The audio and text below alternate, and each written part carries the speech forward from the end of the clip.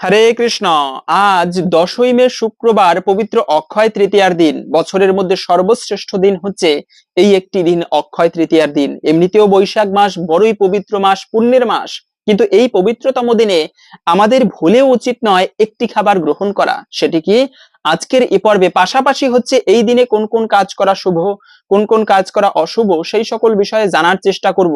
একটা বিশেষ প্রসঙ্গ, এই অক্ষয় তৃতীয়ার দিনে অবশ্যই আমাদের ভুলেও উচিত অর্ধবেলা উপবাস করা। কেন? এই দিনে কিন্তু ভগবানের একজন বিশেষ অবতার, সেটি হচ্ছে যমদগ্নির পুত্র পরশুরাম ভগবান আবির্ভূত হয়েছিলেন। তাই এই দিনে অর্ধবেলা মানে হচ্ছে 12টা পর্যন্ত উপবাস করা কর্তব্য। অনেকের প্রশ্ন করেছেন যে এই দিনে গীতা দান করা যাবে কিনা। মনে রাখবে, যে কোনো শুভ কাজ, গৃহে প্রবেশ, তারপরে হচ্ছে হাতে খড়ি, তারপরে এরকম স্বর্ণ ক্রয়, যে কোনো শুভ কাজ আপনারা এই দিনে করতে পারেন। এর জন্য বিশেষভাবে মঙ্গলময় বলা হয়েছে। অক্ষয় তৃতীয়া, এই দিনে অক্ষয় হয়ে থাকবে। আপনি যে কাজ করবেন, খারাপ কাজ করলেও সহস্র গুণ বেশি ফল পাবেন, ভালো কাজ করলেও সহস্র গুণ বেশি ফল পাবেন। সেই ফল অক্ষয় হয়ে থাকবে। তাই আপনাদের বলবো বিশেষভাবে এই দিনে বেশি বেশি ভালো কাজ করবেন। সকলকেই স্বাগতম জানাচ্ছি আমাদের এই চ্যানেলে। আমরা চেষ্টা করি এখানে বিভিন্ন সনাতন ধর্মের তথ্যকে আপনাদের সাথে উপস্থাপন করতে, শেয়ার করতে। তাই সকলকে বলবো ভিডিওটি স্কিপ না করে আসুন, শুরু থেকে শেষ পর্যন্ত এই সংক্ষিপ্ত সময়ে আজকের এই গুরুত্বপূর্ণ তথ্যগুলো জেনে নেই। আশা করছি এই তথ্যগুলো আপনাকে অবশ্যই সমৃদ্ধ করবে, এবং ভালো লেগে থাকলে একটা লাইক করে কমেন্টে অক্ষয় তৃতীয়ায় ভগবান বিষ্ণুর নামটি একবার হলেও লিখে যাবার অনুরোধ জানাচ্ছি। দেখেন, বলা হয়েছে যে এই দিনে প্রভাতে অবশ্যই গঙ্গা স্নান করবে। এমনিতেও তো বিশেষ কোনো শুভ দিনে আমাদের উচিত নয় বেশি বেলা করে ঘুমানো, আমরা অনেকেই জানি। তো বলা হয়েছে তাড়াতাড়ি ঘুম থেকে উঠবেন, শয্যা ত্যাগ করবেন, এবং এই পবিত্রতম দিনে ভোরে ভোরে ঘুম থেকে উঠে অবশ্যই যাদের বাড়ি গঙ্গার পাশে তারাও গঙ্গা নদীতে স্নান করবেন। গঙ্গা হচ্ছে বড়ই পবিত্র দেবী।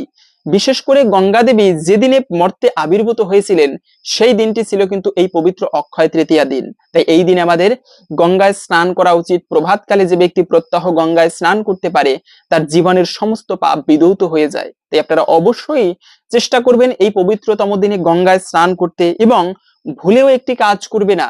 সেই কাজটির মধ্যে হচ্ছে অপশব্দ প্রয়োগ করবে না, খারাপ ভাষা। সাধুদের বাণী সংযম হচ্ছে গুরুত্বপূর্ণ বিষয়। যে ব্যক্তি জীবনে মিথ্যা কথা বলে না, সবসময় দিব্য শব্দ উচ্চারণ করে, ভগবানের মন্ত্র জপ করে, তার মুখের বাক্য সংযম হয় এবং বাক্যসিদ্ধ পুরুষ হয়। তার মুখের বাণী একটুকু হলেও সত্য হয়, কাউকে আশীর্বাদ দিলে একটুকু হলেও ফলপ্রসূ হয়।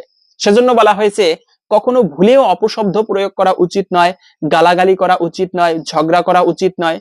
যে ব্যক্তি বাড়িতে ঝগড়া করে সেই বাড়িতে কখনো লক্ষ্মী অবস্থান করে না। আপনাদের প্রত্যেককে বলবো এই দিনে ভুলেও কখনো অপশব্দ প্রয়োগ করবে না, বড়জনের সাথে তর্ক করবে না, কারো সাথে তর্ক করবে না। তো এটা বিশেষভাবে বলবো আপনারা। এবং দ্বিতীয়ত হচ্ছে নেশা পান করবে না। হ্যাঁ, নেশা বড় খারাপ জিনিস, এটা আমরা অনেকে জানি, অনেকে জেনেও আমরা পালন করি না। কেন? ওই যে আসক্তি একটা। তো আপনারা অন্ততপক্ষে যে কোনো শুভ দিনে, এই শুভ দিনটিতে আপনারা অর্ধবেলা উপবাস করবেন। উপবাস করেন বা না করেন, ভুলেও এই কার্যটি করবেন না। এবং বাড়িতে অবশ্যই একটা প্রদীপ প্রজ্বলিত করে রাখবেন।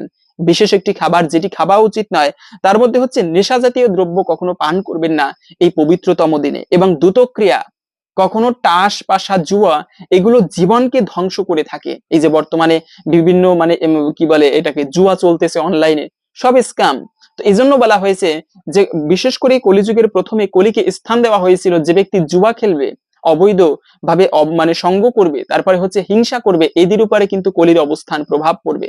তাই কখনো দ্রুতক্রিয়া এতটা ভয়ানক। এই যে মহাভারতের যুদ্ধ সংগঠিত হয়েছিল, এর পিছনের মূল কারণটাই ছিল কিন্তু এই দ্রুতক্রিয়া। দ্রুতক্রিয়া মানে হচ্ছে যে যুধিষ্ঠির যিনি ধর্মরাজ হয়েও তিনিও কিন্তু এই দ্রুতক্রিয়া করেছিল, মানে জুয়া খেলেছিল, দ্রৌপদীকে বাজি রেখেছিল, পঞ্চ পাণ্ডবকে বাজি রেখেছিল।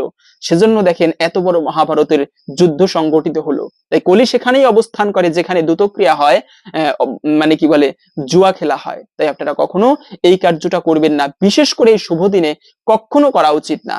এবং বলা হয়েছে এই দিনে আপনারা অবশ্যই যে কোনো শুভ কাজ করতে পারবেন, যা তো প্রথমেই বলে দিলাম, যেমন বিদ্যারম্ভ, স্বর্ণ, ভূমি ক্রয়, এগুলো সকল কিছু করতে পারবেন। তবে অবশ্যই সন্ধ্যাকালে ভগবান শ্রীকৃষ্ণের উদ্দেশ্যে একটা প্রদীপ প্রজ্বলিত করে রাখবেন এবং ভগবানকে অর্পণ করবেন। সম্ভব হলে বাড়ির সদর দরজায় একটা প্রদীপ প্রজ্বলিত করে দিবেন, ঠাকুর ঘরে একটা প্রদীপ অবশ্যই প্রজ্বলিত করে রাখবেন। এবং কোন খাবারটি খাওয়া উচিত না এই দিনে আমি সংক্ষেপে শেষ করে দিচ্ছি। এই দিনে যে খাবারটি ভুলেও খাওয়া উচিত নয়, সেটি হচ্ছে মনে রাখবে আমিষ বা প্রতিহিংসামূলক খাবার। এই যে কলিকে স্থান দিয়েছিল 4টি জায়গার মধ্যে, আপনারা অনেকে জানেন, সেটি হচ্ছে একটা হচ্ছে অবৈধ স্ত্রী সঙ্গ, আর একটা হচ্ছে দ্রুতক্রিয়া, আর একটা নেশা, এবং সবশেষে হচ্ছে যে ব্যক্তি হিংসা করবে। বহুরূপে সন্মুখে ছাড়ি কোথা খুঁজিছ ঈশ্বর, জীবে প্রেম করে যেই জন সেই জন সেবিছে ঈশ্বর। জীবের প্রেম সেবা করার কথা বলা হয়েছে। এখন আপনি একটা জীবকে ভালোবাসেন, একটা কুকুরকে ভালোবাসেন, আপনি পারবেন সেই কুকুরটাকে হত্যা করে তার মাংস ভক্ষণ করতে? কারণ আপনার হৃদয় কম্পিত হবে, কাঁদবে। তাই বলা হয়েছে কখনো কোনো প্রাণীকে হত্যা করা উচিত নয়। সেজন্য প্রতিহিংসামূলক খাবার আমরা অনেকে মাছ মাংস খেয়ে থাকি। অন্তত পক্ষে বিশেষ বিশেষ শুভ দিনে যারা খেয়ে থাকেন তাদেরকে আমি বলতেছি না তারা খারাপ, তবে হ্যাঁ, কলি কিন্তু অবস্থান করে যে ব্যক্তি প্রতিহিংসা করে, অপর প্রাণীকে হত্যা করে, কষ্ট দেয়, এদের উপরে কলি অবস্থান করে। তাই আপনারা এই দিনে অবশ্যই রাজসিক খাবার গ্রহণ করবেন না, মাছ মাংস এড়িয়ে চলবেন। এবং যে ব্যক্তি শুভ দিনে মাছ মাংস গ্রহণ করে, সে ব্যক্তির বাড়িতে রন্ধন করে, সে ব্যক্তির বাড়িতে অলক্ষী প্রবেশ করে। তো আপনারা অবশ্যই এই দিনে কখনো প্রতিহিংসামূলক খাবার গ্রহণ করবেন না। এবং বিশেষভাবে বলবো, ভগবানের প্রসাদ গ্রহণ করবেন, ভগবানের জন্য পায়েস করতে পারেন, তবে সেটা দুপুরের আগে না, মানে 12টার আগে নয়, 12টার পরে আপনারা এই খাবার অবশ্যই গ্রহণ করবেন। তো হরে কৃষ্ণ। আশা করছি আজকের এই সংক্ষিপ্ত তথ্যগুলো জেনে আপনি একটুকু হলেও সমৃদ্ধ হয়েছেন।